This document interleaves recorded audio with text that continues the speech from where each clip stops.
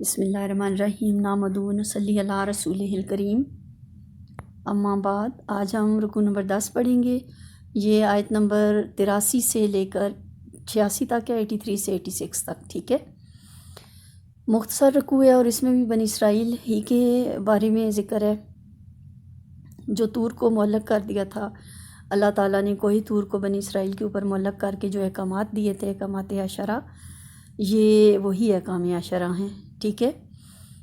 اللہ تعالیٰ کیا فرماتے ہیں؟ اعوذ باللہ من الشیطان الرجیم، بسم اللہ الرحمن الرحیم۔ وَإِذْ، اور جب، اخذنا، ہم نے لیا، میثاق کا وعدہ، بنی اسرائیل سے کیا وعدہ لیا؟ اب سب سے پہلی اور سب سے ضروری بات جو دین اسلام کی ہے وہ توحید ہے، ٹھیک ہے۔ اور اسلام تو اسلام ہی ہے نا، چاہے وہ موسیٰ علیہ السلام نے تبلیغ کیا ہو، چاہے وہ مطلب آدم علیہ السلام سے لے کے حضرت محمد صلی اللہ علیہ وآلہ وسلم جو آخری نبی ہیں ان تک ساری انبیاء کی جو تعلیمات کا بنیادی نقطہ ہے وہ توحید ہے، اور یہی بنیادی نقطہ ان احکام عشرہ میں بھی سب سے پہلے ہے۔ سب سے پہلی کیا بات؟ لا تعبدون، تم عبادت نہیں کرو گے، الا اللہ، سوائے اللہ کی کسی کی عبادت نہیں کرو گے۔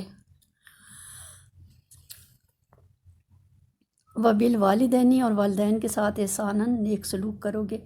اب والدین کے حقوق کی اہمیت آپ دیکھیں کہ اللہ تعالیٰ نے توحید کے ساتھ اس کا ذکر فرمایا۔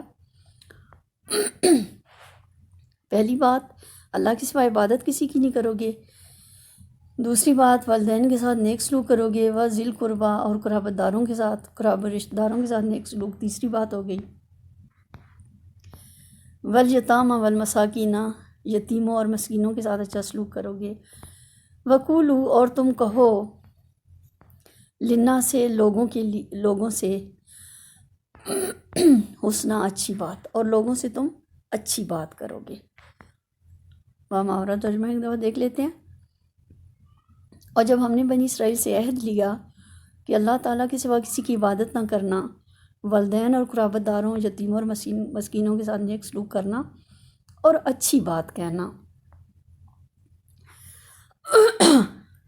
وَأَقِیمُوا الصَّلَاةَ، اور نماز قائم کرنا، وَآتُوا الزَّکاۃَ، اور زکوٰۃ ادا کرنا، یہ بھی ان احکامات میں شامل تھے۔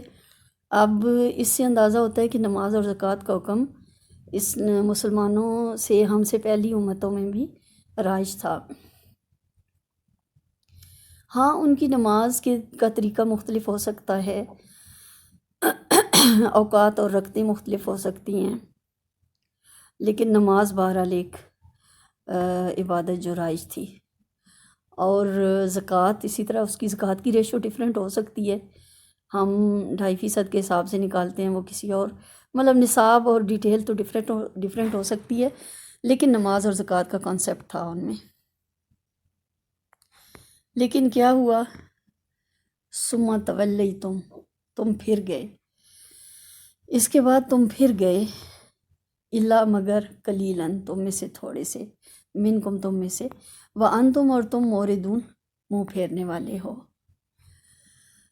مگر سوائے تھوڑے سے آدمیوں کے تم اپنے اس عہد سے پھر گئے اور تم منہ پھیرنے والے ہو۔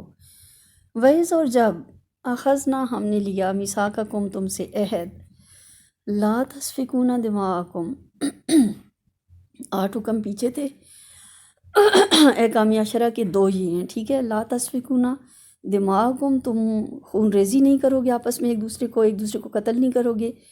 ولا، اور نہ ہی،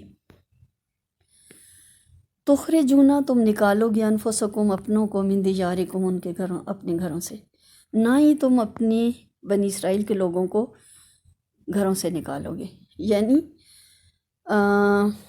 گھروں سے نکالنا لوگوں کو، ایک طرح سے علاقے سے نکالنا، شہر بدر کرنا بھی حرام تھا اور قتل کرنا بھی حرام تھا، ٹھیک ہے۔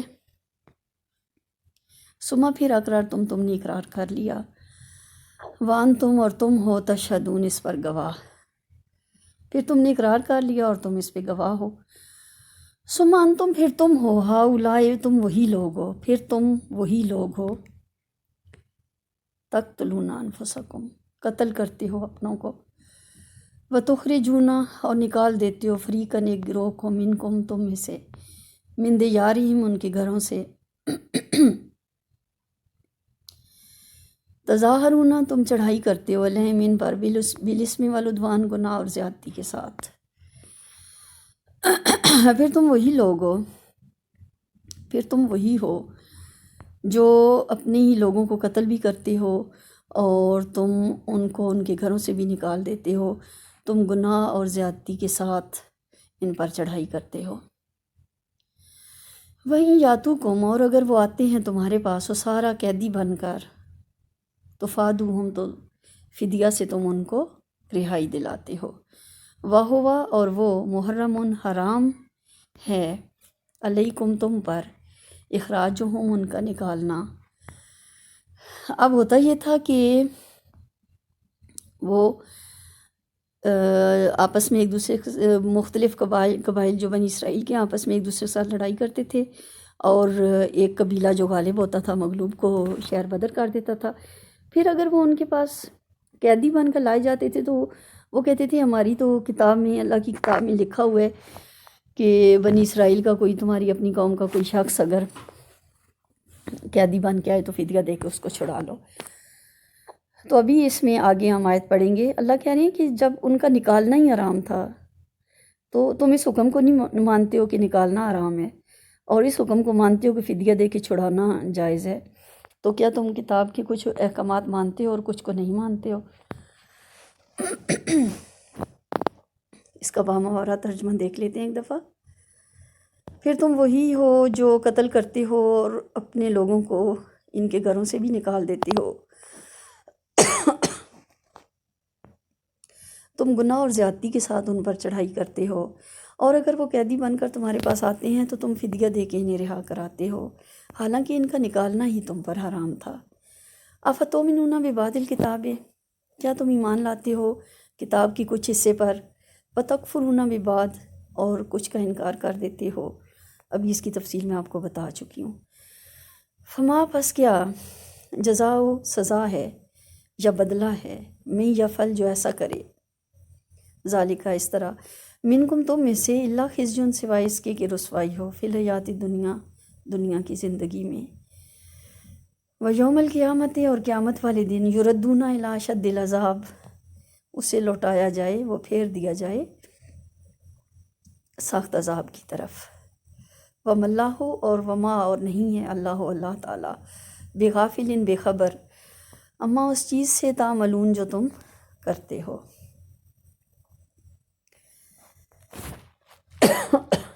اب دیکھیں اس میں جو بنی اسرائیل کی سزا بتائی گئی ہے، کسی قدر دنیا کی زندگی میں جو نظر آ رہا ہے وہ ہم مسلمانوں کے ساتھ بھی ہو رہا ہے۔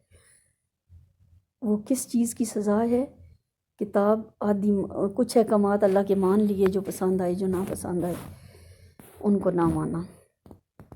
کیا تم کتاب کے بعض حصوں کو مانتے ہو اور بعض کا انکار کرتے ہو؟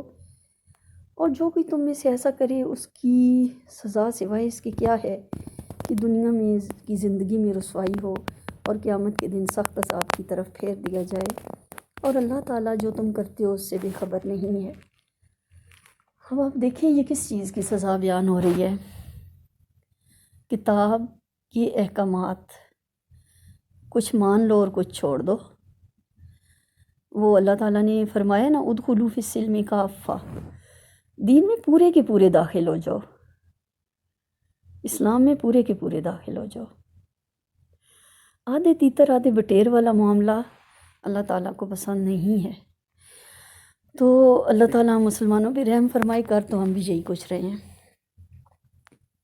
کیا ہم پورے قرآن پاک پہ عمل کر رہے ہیں؟ جب ہمیں کوئی حکم پسند ہوتا ہے، اس میں ہمارا فائدہ ہوتا ہے تو ہم مان لیتے ہیں، اور جب اس میں تھوڑا ہمیں دنیاوی طور پہ نقصان اٹھانا پڑ رہا ہوتا ہے تو 10 ہیلے بہانے ہم کر کے ٹال دیتے ہیں۔ تو مسلمان بھی پھر دنیا میں خوار ہو رہے ہیں۔